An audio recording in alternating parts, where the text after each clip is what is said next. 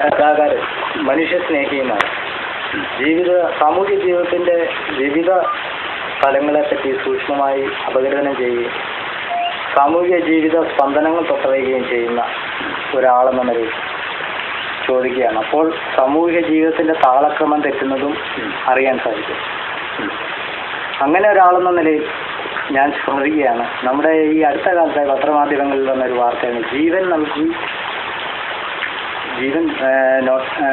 Blood രക്തം നൽകി ജീവൻ രക്ഷിക്കുക എന്നുള്ള ഒരു പരസ്യം കണ്ടു. അത് എന്താണ്? അത് മനുഷ്യനും പ്രകൃതിയും തമ്മിലൊരു ബന്ധത്തെ പറ്റി സത്യങ്ങൾ സൂചിപ്പിക്കുന്നുണ്ട്. അപ്പോൾ പ്രകൃതിയെ തന്നെ മനുഷ്യൻ സൃഷ്ടിയിൽ ഇതെല്ലാം ഉണ്ടല്ലോ, ബ്ലഡ് ഉണ്ട് എല്ലാം. അപ്പം പ്രകൃതി നൽകുന്നതാണ് രക്തം എന്ന് പറയുന്നത്. അതെ. അപ്പോൾ അത് തിരിച്ച് നമ്മൾ തന്നെ മനുഷ്യരിലേക്ക് വീണ്ടും സപ്ലൈ ചെയ്യുക എന്ന് പറയുമ്പോൾ അതിനകത്ത് പ്രകൃതി സംബന്ധമായി എന്താണ് അതിനകത്തിൻ്റെ വിശകലനം? എൻ്റെ കാഴ്ചപ്പാട് ഞാൻ പറയാം. അപ്പം ഞാൻ ഈ വാർത്ത കണ്ടു. പെട്ടെന്ന് എൻ്റെ മനസ്സിൽ തോന്നിയത്, അത് മറ്റൊരാൾക്ക് എങ്ങനെ തോന്നിയാലും എൻ്റെ മനസ്സിൽ തോന്നിയത്, ലോകത്തിലെ ഏറ്റവും വലിയ കൊതുക് കേരളത്തിൽ ജനിക്കാൻ പോകുന്നു എന്നായിരുന്നു. അപ്പം ഇവിടെ വേറൊരു കാര്യം കൂടെ പറയാം. ക്ഷീരമുള്ള പശുവിനകിട്ടിലും ചോര തന്നെ കൊതുകിന് കൗതുകം. ഇത് പ്രകൃതിയെ തിരിച്ചറിയുന്ന ഒരു മനുഷ്യ സ്നേഹിയായ കവി എഴുതിയതാണ് വളരെ വർഷങ്ങൾക്ക് മുൻപ്. പാല്, പോഷക ഗുണമുള്ള പാല് അകിടം നിറഞ്ഞ് പശുവിൽ നിന്നാലും കൊതുകിന് ആ പാലല്ല വേണ്ടത്, ചോരയാണ്. ഇവിടെയുള്ളൊരു അത് പിന്നെ ഒരു ജീവി അതിനെ നിലനിന്നതിന് പോകുന്നതിന് വേണ്ടി മനുഷ്യൻ ആഹാരം കഴിക്കുന്നത് പോലെ കൊതുകിന് ചോര വേണം. അതങ്ങനെ കരുതാം. അത് തന്നെയല്ല, 84 ലക്ഷം ജന്മങ്ങളിൽ വരുന്ന ഒന്നാണ് കൊതുക്. അപ്പോൾ അത് രക്തം കുടിച്ച് തന്നെ വേണം ജീവിക്കാൻ. മനുഷ്യൻ അതുപോലെയല്ല, ഒരുപാട് തിരിച്ചറിവുകളും കഴിവുകളും ഒക്കെ ഉള്ളവരാണ്. അപ്പം അത് തന്നെയല്ല, പ്രകൃതിയെ സംബന്ധിച്ച് ഞാൻ നോക്കുമ്പോൾ പ്രകൃതിയിൽ ഇപ്പം നമുക്ക് കുടിക്കാനുള്ള കുളങ്ങള്, കിണറുകള്, ഇങ്ങനെ ഒത്തിരി കാര്യങ്ങളുണ്ട്. കായല്, കടല്, തോട് ഒക്കെ ഉണ്ട്, തടാകങ്ങളെയൊക്കെ. ഒരിടത്തും രക്തത്തിന് വേണ്ടി ഒരു കുളവോ കിണറോ തടാകമോ ഒന്നും പ്രകൃതി തീർത്തിട്ടില്ല. അപ്പോൾ ഓരോ ജീവിക്കും നിലനിന്ന് പോകുന്നതിന് വേണ്ട രക്തമെല്ലാം പ്രകൃതി അവരുടെ ശരീരത്തിൽ നൽകി തന്നെയാണ് ഇങ്ങോട്ട് വിട്ടിരിക്കുന്നത്. പിന്നെ ഇപ്പം രക്തത്തിൻ്റെ അളവ് കൂട്ടണമെങ്കിലും രക്തത്തിൻ്റെ കട്ടി കുറയ്ക്കണമെങ്കിലും രക്തം കൂടുതലായിട്ട് ഉണ്ടാകുന്നതിനുമെല്ലാം പ്രകൃതിയിൽ ഒരു സസ്യങ്ങളും മറ്റു ഫലങ്ങളും ഇതെല്ലാം നൽകിയിട്ടുമുണ്ട്. അപ്പം അതിലേക്ക് പോകാതെ തെറ്റായ ഒരു കാഴ്ചപ്പാടിലേക്കാണ് ഈ രക്തം നൽകി ജീവൻ രക്ഷിക്കൂ എന്ന് പറയുന്നതെന്ന് ഞാൻ വിശ്വസിക്കുന്നു. പിന്നെ രക്തം നൽകിയാൽ ജീവൻ രക്ഷിക്കാൻ പറ്റുമോ? രക്തം നൽകി ജീവൻ രക്ഷിക്കൂ എന്ന് പറയുന്നത് ഒരു അന്തിമ വിധി പോലെയാണ്. അന്തിമ വിധി പോയിട്ട് ആദ്യത്തെ വിധിക്ക് പോലും ഈ പ്രകൃതിയിൽ മനുഷ്യൻ യോഗ്യനല്ല. ഇപ്പോൾ ഒരാളുടെ രക്തം ജീവൻ രക്ഷിക്കൂ എന്ന് പറഞ്ഞ് ആ ആളെ പ്രേരിപ്പിച്ച് വാങ്ങിയാൽ അതുകൊണ്ട് മറ്റൊരാളുടെ ജീവൻ നിലനിൽക്കൂ? ഇല്ല, നിലനിൽക്കുമെന്നാണ് ശാസ്ത്രലോകം പറയുന്നത്. ശാസ്ത്രം എവിടെ നിൽക്കുന്നു? ഉത്തമം തത്വബോധീയം മധ്യമം ശാസ്ത്രചിന്താന എന്ന് പറഞ്ഞാൽ ശാസ്ത്രം മധ്യമമാണ്. എന്തിൻ്റെയും തത്വത്തെ ഗ്രഹിക്കുക എന്നതാണ് ഒരു മനുഷ്യന്റെ ഉത്തമമായ ധർമ്മം. അപ്പം ആ ശാസ്ത്രത്തിന്റെ പരിധിയിൽ ഇവർക്ക് ശാസ്ത്രകാരന്മാർക്കോ അല്ല അതിൻ്റെ ആ ലെവലിൽ നിൽക്കുന്നവർക്കോ ചെന്നെത്തുവാൻ പറ്റും. അതിൻ്റെ മുകളിൽ ഇപ്പം ഞാൻ ചോദിക്കട്ടെ, ഒരു ശാസ്ത്രജ്ഞനും കണ്ടെത്തി ഒരു ജീവിയുടെ ശരീരത്തിൽ നിക്ഷേപിച്ചതാണ് ഈ രക്തം. ഭൂമിയിൽ ആദ്യത്തെ സൃഷ്ടി മുതൽ ഏതൊരു തരം സൃഷ്ടിയാണോ അതിന് വേണ്ട എല്ലാ കാര്യങ്ങളും കൊടുത്തു തന്നെയാണ് പ്രകൃതിയോട് വിട്ടിരിക്കുന്നത്. അപ്പോൾ പ്രകൃതിക്കുണ്ട് എത്ര വയസ്സ് വരെ ഇയാൾ ജീവിച്ചിരിക്കണം, എന്തെല്ലാം കാര്യങ്ങൾ ചെയ്യണം, എന്തെല്ലാം ചെയ്യരുത്, ഇതെല്ലാം തിരിച്ചറിയാനുള്ള ബുദ്ധിയും നല്ല മനസ്സും മറ്റ് ഇന്ദ്രിയങ്ങളും എല്ലാം നൽകിയിട്ടുമുണ്ട്. അപ്പോൾ അതൊക്കെ വെച്ച് നമ്മൾ വിലയിരുത്തുമ്പോൾ പ്രകൃതിയിൽ മനുഷ്യന് എന്തെങ്കിലും ഒരു തകരാറ് വന്നാൽ അതിനെ പ്രകൃതിയിൽ നിന്നും കണ്ടെത്തി ആ തകരാറിനെ പരിഹരിക്കുക എന്നൊരു കാര്യം കിടക്കുന്നുണ്ട്. അത് ആയുർവേദത്തിൽ മാത്രമേ ഉള്ളൂ. എന്നാൽ ഈ രക്തം നൽകി ജീവൻ രക്ഷിക്കൂ എന്ന് പറയുന്നതിൽ ഒരു 75% ഇവിടുത്തെ വിദേശത്തും ഇവിടെയൊക്കെ നിലവിലിരിക്കുന്ന തെറ്റായ ചികിത്സാ പദ്ധതിയുടെ ഒരു ഭാഗമാണ്. ഇപ്പം നമ്മുടെ കയ്യിൽ ഒരു മുറിവുണ്ടായാൽ വിരൽ മുറിച്ച് കളയാം. പക്ഷെ തലയിൽ ഒരു മുറിവുണ്ടായാൽ തല മുറിച്ച് കളയാൻ പറ്റുമോ? ഇല്ല. ഇപ്പം ഈ കയ്യേയും തലയെയും എല്ലാം നിലനിർത്തി കൊണ്ടുപോകാൻ പറ്റുന്ന പദ്ധതികളാണ് ഇവിടെ ചികിത്സാ രംഗത്ത് വേണ്ടത്. ഇനി അതല്ല, ഏതെങ്കിലും കാരണവശാൽ ഒരാൾക്ക് അതുപോലെ നിർണായകമായ ഒരവസ്ഥയിൽ രക്തം വേണമെങ്കിൽ ഇന്നത്തെ ശാസ്ത്രയുഗം എന്ന് പറയുന്നു അവര് എന്നുള്ള എല്ലാവരും പറയുന്നു. അപ്പം ലോകത്തിന്റെ ഏത് ഭാഗത്തിരിക്കുന്ന ഒരാൾക്കും രക്തം വേണമെങ്കിൽ അത് കണ്ടെത്തുന്നതിനും അതിനെ എത്രയും വേഗം എത്തിക്കുന്നതിനും എല്ലാം ഉള്ള സംവിധാനങ്ങൾ ഇന്നുണ്ട്. അങ്ങനെ ഇരിക്കെ ഒരാളല്ല, ആളുടെ പിന്നിൽ ഒരു ഗ്രൂപ്പ് ഉണ്ട്. അപ്പൊ അങ്ങനെ ഒരു ഗ്രൂപ്പ് ഇതിനു വേണ്ടി ഇറങ്ങിത്തിരിക്കുക എന്ന് പറയുമ്പോൾ അതിനെ പോസിറ്റീവായിട്ട് കാണാൻ പറ്റത്തില്ല. കാര്യം ഇതൊരു ഗവൺമെന്റിന്റെ നയമല്ല, അല്ലെങ്കിൽ ഒരു ഗവൺമെന്റിന്റെ പദ്ധതിയല്ല. ആദ്യമായിട്ട് ഇങ്ങനെ കേൾക്കുന്ന ഒരു വ്യക്തി ഇങ്ങനെ ഇതിനു വേണ്ടി പിന്നെ എന്തിനാണ് ഈ രക്തം ഇങ്ങനെ കുളം ഉണ്ടാക്കി വെക്കുന്നത്? വേണ്ടപ്പെട്ടവർക്ക് ഇത് കിട്ടുമോ? ഈ രക്തത്തിന്റെ ഘടനയിൽ എന്തെങ്കിലും വ്യത്യാസങ്ങൾ വരുത്തി മറ്റെന്തെങ്കിലും പരീക്ഷണങ്ങൾ നടത്തുമോ?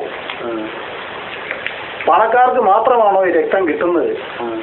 പാവപ്പെട്ട ഒരാൾക്ക് എന്തെങ്കിലും ആപത്ത് സംഭവിച്ചാൽ ഈ രക്തം കിട്ടുമോ? ആരാണ് ഇതിന്റെ അധിപന്മാര്? ഇതെല്ലാം ഞാൻ ചിന്തിക്കുന്നത്. അതുകൊണ്ടാണ് ഞാൻ പറഞ്ഞത് ഇതൊരു ഗവൺമെന്റിന്റെ നയമോ പദ്ധതിയോ ആണോ എന്ന്. ഇപ്പൊ തന്നെ ഇതൊരു മഹാകാര്യമെന്ന് കരുതി രാഷ്ട്രീയ രംഗത്തെ പ്രമുഖരും കലാ സാംസ്കാരിക രംഗങ്ങളിലെ എല്ലാ പ്രമുഖരും എല്ലാം ഇതിന്റെ പുറകെ ഓടുന്നു. പക്ഷെ ഞാനൊരു മൂളല കേൾക്കുന്നുള്ളൂ. ഒരു വലിയ കൊതുക് പോകുന്നു, അതിന്റെ പിന്നിൽ കുറെ കൊതുകുകൾ ഇങ്ങനെ മൂളി അങ്ങനെയാണല്ലോ കൊതുക് കുത്താൻ പറ്റുന്നത് നമ്മൾ അറിയുന്നത്. അങ്ങനെ പോകുന്നതാണ്. അതേ സമയത്ത് ഇത് ഒരു മനുഷ്യ ശരീരത്തിൽ നിന്നും ഒരു തുള്ളി രക്തം പോലും പുറത്തു പോകാൻ പാടില്ല എന്നതാണ് പ്രകൃതിയുടെ നിശ്ചയം. അപ്പം മനുഷ്യന്റെ സ്വഭാവം കൊണ്ടും മനുഷ്യന്റെ ഫലം മാറുന്നുണ്ട്. ഇപ്പൊ ഞാൻ മദ്യപിച്ച് ഒരു വാഹനം ഓടിച്ച് എനിക്ക് തോന്നിയ രീതിയിൽ പോയാൽ തീർച്ചയായിട്ടും ഒരു അപകടം ഉണ്ടാകും. അതിന് മറ്റൊരാളുടെ രക്തം തരാൻ വേണ്ടി ആ ആളെ പ്രേരിപ്പിക്കുകയല്ല ഇയാളെ നിലനിർത്താനേ. അത് തെറ്റാ. അതേസമയം ഇത് രക്തം സ്വന്തം ശരീരത്തിൽ നിന്ന് സ്വന്തം ജീവന്റെ കാരുണ്യമായി നിൽക്കുന്ന രക്തത്തെ മറ്റൊരാളുടെ ജീവന്റെ കാരുണ്യത്തിന് എന്ന് പറഞ്ഞ് ആ ആൾക്ക് നൽകുമ്പോഴും അതിനകത്തൊരു ചെറിയ പിശകുണ്ട്. ഒരാളുടെ സംസ്കാരം അത് എത്ര നൂറ്റാണ്ടുകൾ കൊണ്ട് രൂപപ്പെട്ടതാണ്, ആ ആളുടെ ജീവിത രീതി, ഇതെല്ലാം ഈ രക്തത്തിലുണ്ട്. ഇപ്പൊ തന്നെ അനവധി ചെറുപ്പക്കാരാണ്. ഇപ്പൊ നമ്മളതിന്റെ ഒരു കാര്യം പറഞ്ഞു കഴിഞ്ഞാൽ ഇപ്പൊ ആനയ്ക്ക് ഫാൻസ് അസോസിയേഷൻ എന്നൊക്കെ പറഞ്ഞിട്ടുണ്ട്.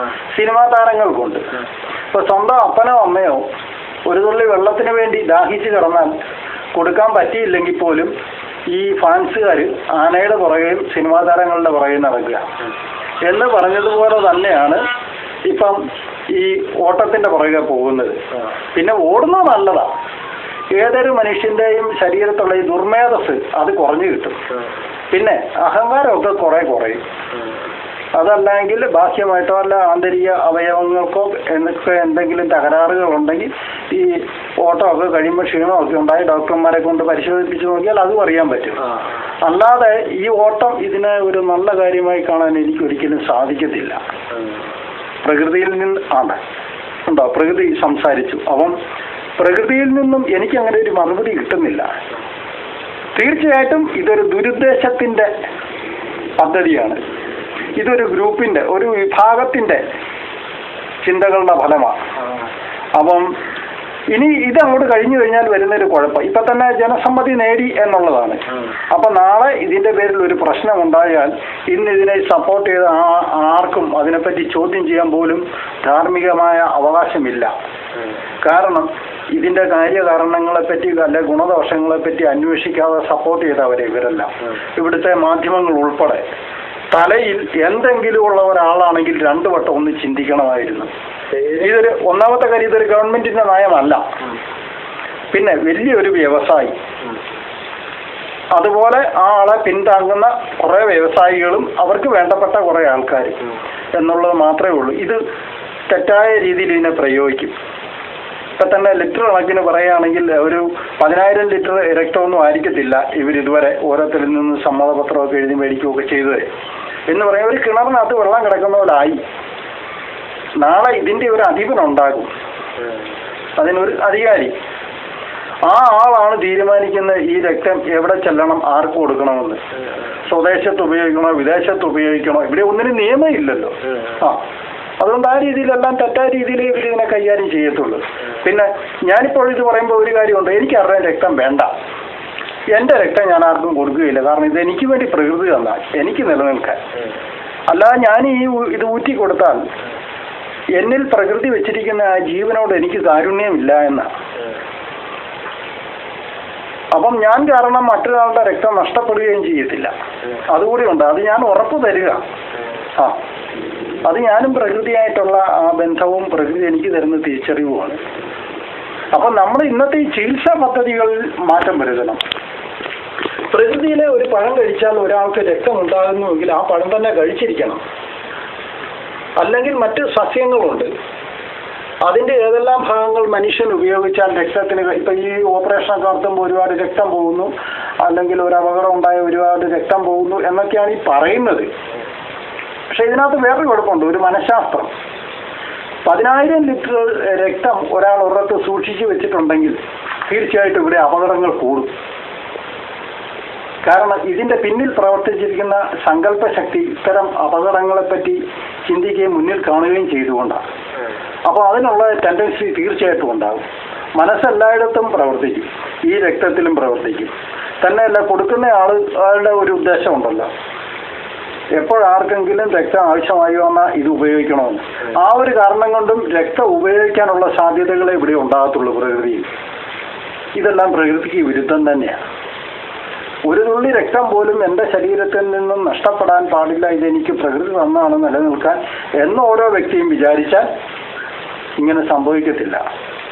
തെറ്റായ ജീവിതചര്യകൾ കൊണ്ട് കൊടും ദുരന്തങ്ങൾ വരുത്തി വയ്ക്കുന്നവർക്ക് ഒരു മനുഷ്യ ശരീരത്തിൽ നിന്നും രക്തം കൊടുത്ത് നിലനിർത്തേണ്ട യാതൊരു ആവശ്യവുമില്ല. ഉണ്ടായിരുന്നുവെങ്കിൽ പ്രകൃതി അതിനൊരു സംവിധാനം ഇവിടെ കണ്ടുവച്ചതിനെ. അതില്ല.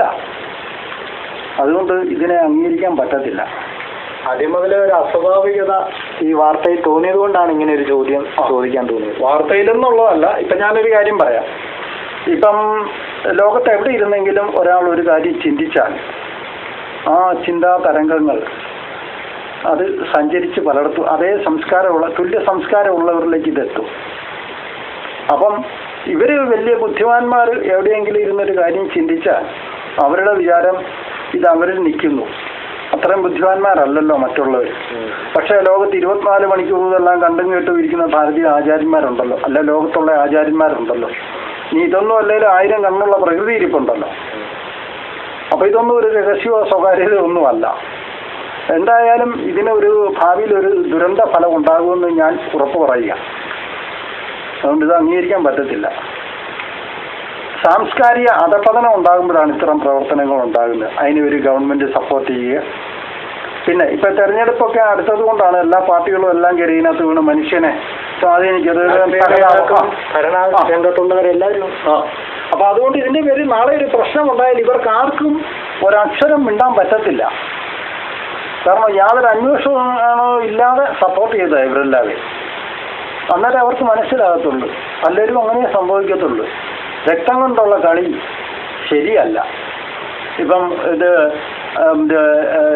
ചോര കൊണ്ടുള്ള കളി കൊള്ളുകയല്ല പിള്ളേരെ എന്നൊക്കെ പണ്ട് പ്രായമുള്ളവർ പറയുമായിരുന്നല്ലോ. എന്ന് പറഞ്ഞവർ തന്നെ അവരുടെ ആ വാക്കുകൾ നമ്മൾ എടുത്തു പറയുക. ചോര കൊണ്ടുള്ള കളി ഈ ഓടുന്ന പിള്ളേർക്ക് നല്ലതല്ല എന്നാണ് എനിക്ക് പറയാനുള്ളത്.